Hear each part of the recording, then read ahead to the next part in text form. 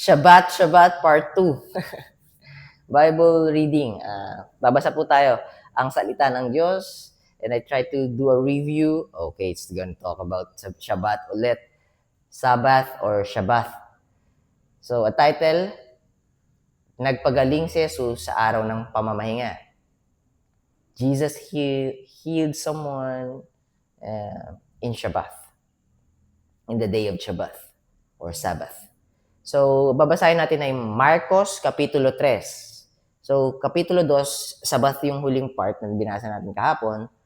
Pero ngayon, continuation, Sabat na naman yung pag-uusapan. But, Marcos Kapitulo 3, versikulo 1 hanggang 6. Parallel verses niya, or yung connecting verses niya, or verses na may connection dito sa babasahin natin ay Matthew chapter 12, verse 9 to 14, and Luke chapter 6, verse 6 to 11. Hindi siya verbatim, hindi siya word per word, and that is an actual evidence that they are not corroborating with each other. This is not orchestrated. This is not planned. That what are you going to write? Or I'm a writing thing. So it could be in line with. Okay, that's the plan right now. That happened. That happened is this is my perspective. I'm going to write it down. That's your perspective. All right, that's okay because that's how you see it. That's how you experience it. All right. So the changes on the way they say it is not a contradiction.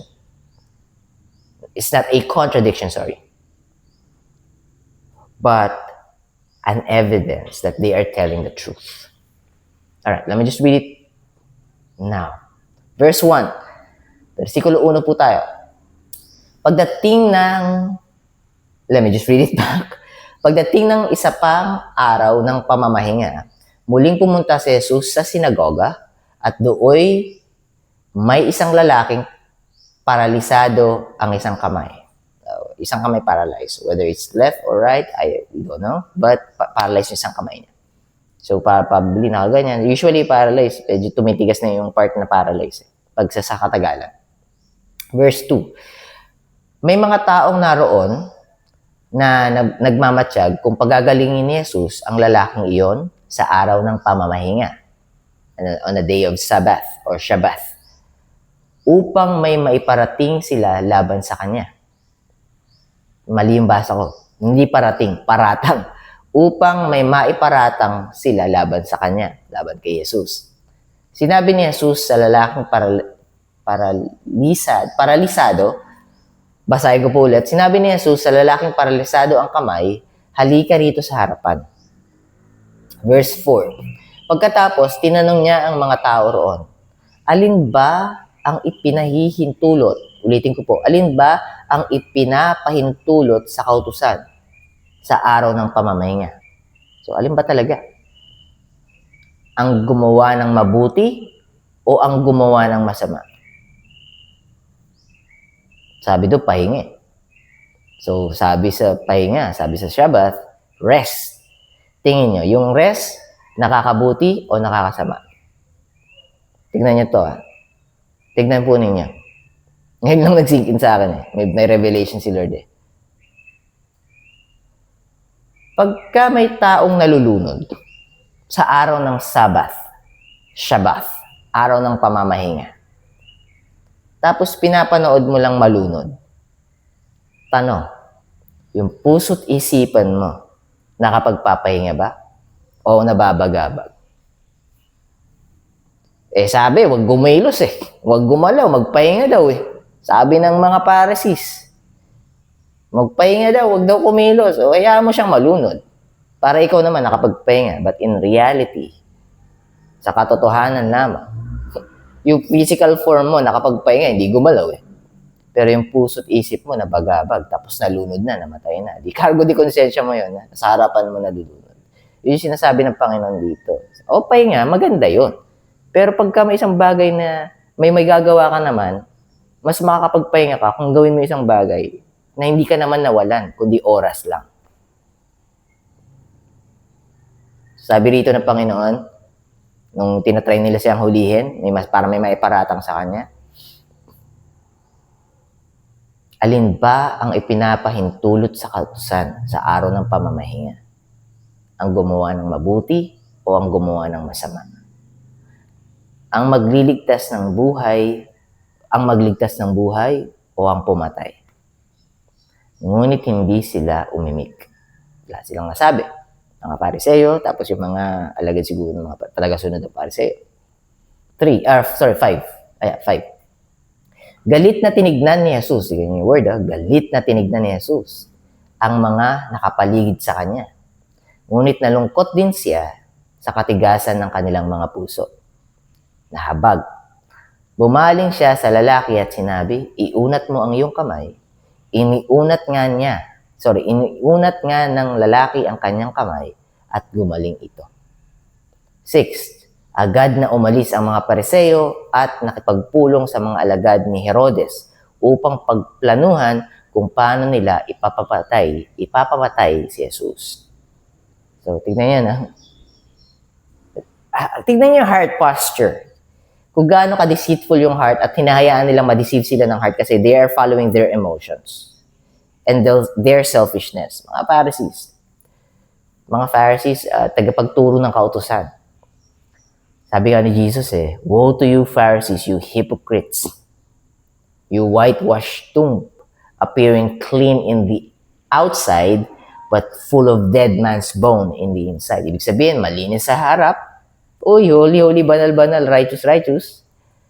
But sa loob, punong-puno ng maduduming pag-iisip at punong-puno ng pangsariling kapakanan o sariling kapakanan ng iniisip. So, yung mga Pharisees, mas inisipan nila, kailangan natin siyang ma-eliminate.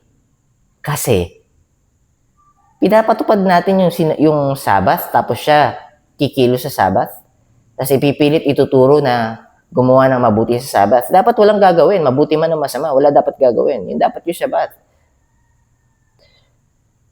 Hindi nila nagigets. Doon pa lang makikita mo na yung heart posture. Di ka pwedeng gumawa ng mabuti sa araw ng Sabbath. Do you think God wants it that way? Or you're just pushing and enforcing your own ideology to someone else because your own ideology serves your flesh. All right, maybe not directly, but indirectly you're benefiting from it. So,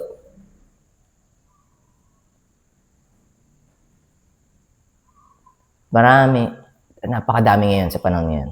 8 minutes already. Napakadami sa panahon ngayon. Napakadaming nagpo-profess na tagasunod kami ni Jesucristo, ni Yeshua HaMashiach, Jesus the Messiah, Jesus Christ, Messiah Christ. Tagasunod kami. Pero, di kami maliligtas kung susunod lang kami or kung maniniwala lang kami sa Kanya. Kailangan namin gumawa. Kailangan namin gawin itong mga bagay na to, X, Y, and Z. Pagka hindi namin ito ginawa, hindi kami liligtas ng Panginoon. They are adding unto God's finished work. Because they cannot accept the fact that God can save them. Even there, they are not deserving to be saved. Romans chapter 5 verse 8, napakalutong na. While we were yet sinners, in due time, Christ died for us. Hindi sinabi doon na when we were clean already, then Christ will die for us. And when Christ died for us, our sins got washed clean because our sins got paid. And the wrath that we deserved, God took it by Himself from us. So our sins got paid. And God is telling us, allow me to pay for your sins, and it is already paid. But if you're going to pay for your sins, my hands is off. Because I cannot force you. You're not a robot. You have your own free will. So if Satan was able to deceive you, that my grace is not making sense unto you, and you need to be deserving for my grace, you're missing the forest for the tree because of your own ego and pride and self-centeredness, because of your heart. Satan was able to utilize your heart. Satan was able to deceive your heart. And you're saying amen to Satan. It's sad, but it's the reality. Not everyone is lost sheep. Not everyone is sheep. There's goats. We just don't know who's goats or sheep. So the servants, the workers, the bondservant of God, of Christ, will just preach the gospel. That Him alone is the one that could give us eternal life and not ourselves. And if we trust Him fully 100%, that He is our Lord and God and one and only Savior, we are already saved. And the Holy Spirit will live inside of us to be a witness and to seal our salvation. He will never let us go. Psalm chapter 37, verse 24. John chapter 10, verse 28. And there's a lot of passages. Those two verses is the one that resonates in my head right now. So that's the reason why I'm sharing those verses to you. Read it. Psalm chapter 37, verse 23, 24. John chapter 10, verse 27 to 30. Read it. Read it. Alright. So yan ang ating pagbabasa ng ASD at ako yung magbabasa pa ulit ng Bible study. Bible study number 280 naman. So dalawang Bible study tayo today kasi nakamiss ako ng isa kahapon. Anyways, yeah, that's it for ASD. I'm gonna see you tomorrow. God bless. Keep safe. Bye for now.